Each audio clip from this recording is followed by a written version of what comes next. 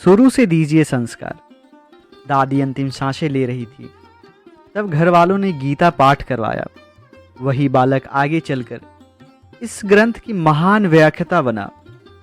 तिलक के जीवन को गीता ने ऐसे प्रकाश दिया कि वो अब अमर हो गए। मैंने लोकमान्य बाल गंगाधर तिलक की जीवनी में पढ़ा था कि जब उनकी दादी जी का शरीर अंतिम सांसें ले रहा था, तब घर वालों ने कहा कि दादी जी को गीता सुनाना है। तिलक ने गीता सुनाई। घर वालों की आज्ञा थी, ब्राह्मण परिवार था, पढ़ने का अभ्यास तो था ही। अर्थ समझ में नहीं आता था, किंतु पाठ करा दिए गए। बाद में उनके मन में आया, जब वह वयस्क हो गए थे, कि आखिर दादी जी तो परलोक जा रही थी, तब गीता सुनने के लिए क्यों कहा गया?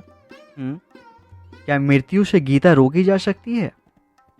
क्या इसको सुनने से आगे की यात्रा अच्छी होगी? क्या श्रेष्ठ योगी मिलेगी क्या? ये प्रश्न गूंजने लगे तो तिलक ने गीता का अनुसंधान किया।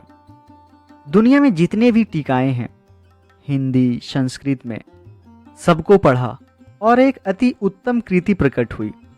संसार में गीता की अनेक व्याख्याएं हुई हैं।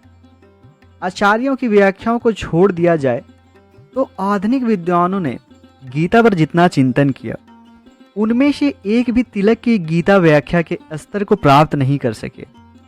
यातना झेलते हुए जेल में रहकर उन्होंने मराठी में गीता का व्याख्यान प्रस्तुत किया। गीता रहस्य कर्म योग शास्त्र अब तो संसार में कई भाषाओं में अनुवाद हो चुका है। अद्भुत व्याख्या है। मेरा यह कहना है कि प्रारंभ में ही पाठ करवाया गया। दादी जी अंतिम सांसें ले रही थी, तब घर के लोगों ने गीता का पाठ करवाया, तो वही बालक आगे चलकर गीता का महान अध्येत्य व्याख्याता बना। तिलक के जीवन को गीता ने ऐसा प्रकाश दिया, ऐसा मोड़ दिया कि लोकमान्य तिलक इस क्षेत्र के अमर पुरुष हो गए।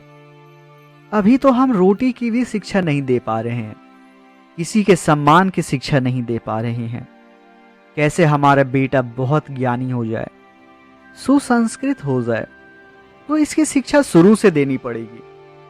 तुलसीदास जी ने कलयुग के वर्णन में लिखा है, माता पिता कलयुग में बच्चों को अपने पास बुलाएंगे और बुलाकर ही शिक्षा देंगे कि बेटा तुम्हें ऐसा करना है, तब तुम्हारा पेट भरेगा, ऐसा करोगे तो तुम धनवान हो जाओगे। केवल वे अर्थ और भोग की शिक्षा देते हैं। मात्र यही शिक्षा शुरू से दी जाने लगती है कि तुम्हें बड़ा बनना है, गाड़ी होनी चाहिए, तुम्हारा मकान बड़ा हो, तुम्हारी दुकान बड़ी होनी चाहिए, लेकिन वह ये नहीं बतला सकते हैं कि यह कैसे होगा।